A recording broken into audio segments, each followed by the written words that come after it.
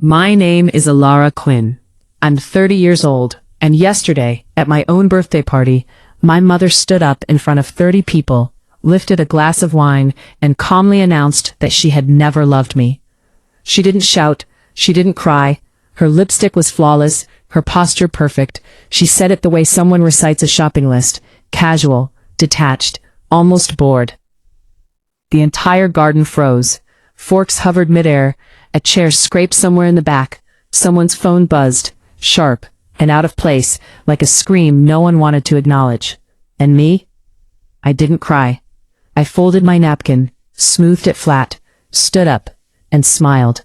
A real smile, the kind that only appears when something inside you finally breaks or unlocks. "Thank you, Mom," I said. "Thank you for the honesty." Then I walked out.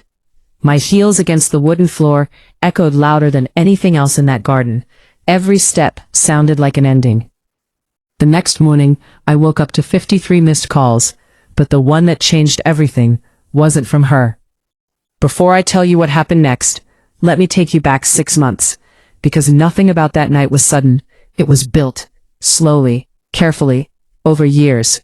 I grew up in a town where everyone smiled too easily, a place where people waved at your car even if they didn't recognize who was inside, where Saturday mornings meant farmers markets and polite conversations, and Sunday mornings meant church pews filled with quiet judgment wrapped in kindness. And at the center of it all, my mother, Vivian Quinn, 58, flawless reputation, the woman who organized everything. Except she didn't. I did. I just didn't know it at the time.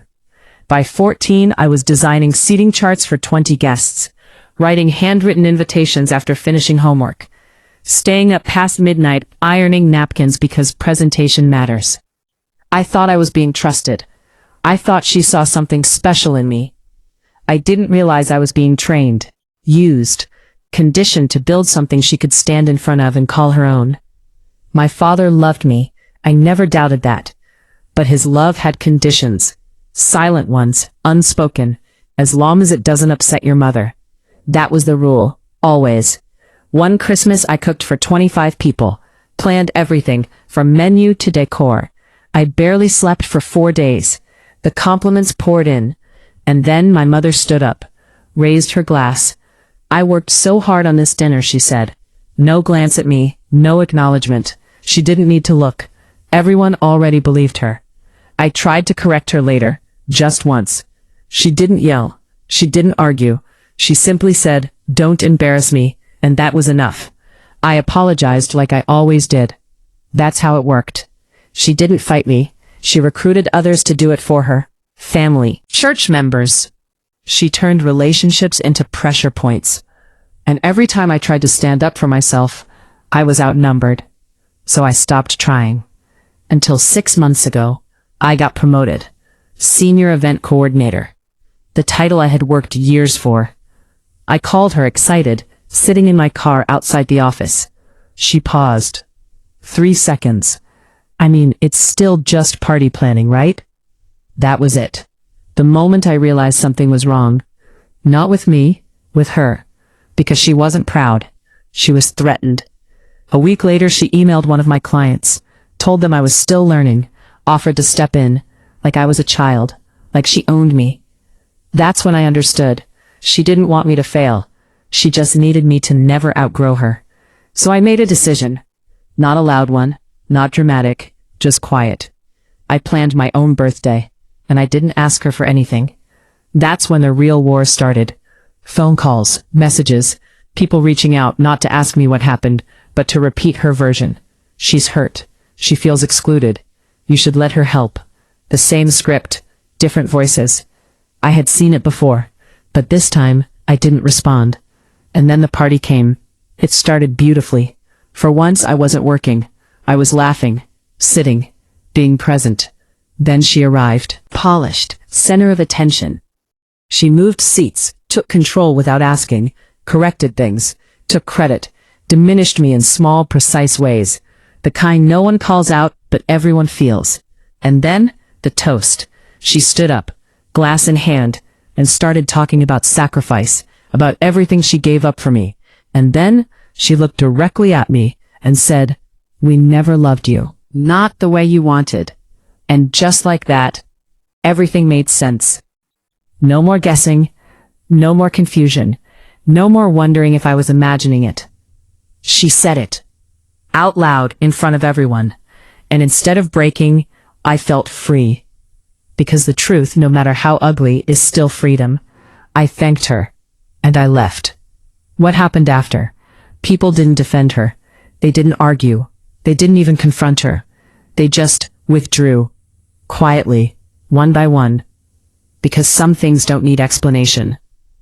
The next morning, her calls weren't apologies. They were panic, anger, blame. People are talking. What am I supposed to say? Not once. "Are you okay?"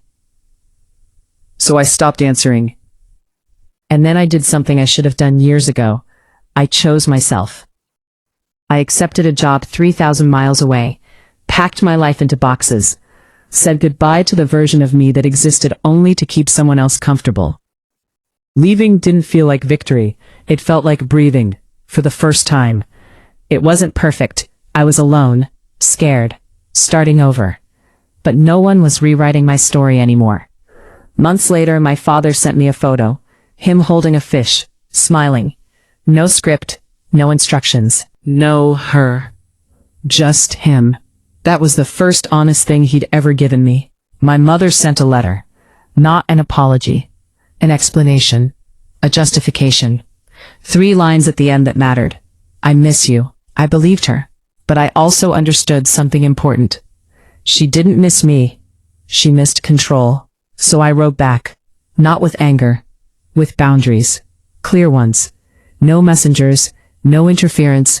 No rewriting. If she wanted me, she had to face me directly. She didn't respond for weeks. Then one message came. "I don't agree with everything, but I read it. And that was enough. Not a resolution. A beginning. Today, I stand in rooms I built on my own. People say my name and only my name. No corrections. No ownership. No shadow behind me. I still flinch sometimes. Still heal. Still learn who I am without being someone's proof. But I'm getting there. Because the night my mother told the world she never loved me was the night I finally stopped needing her to.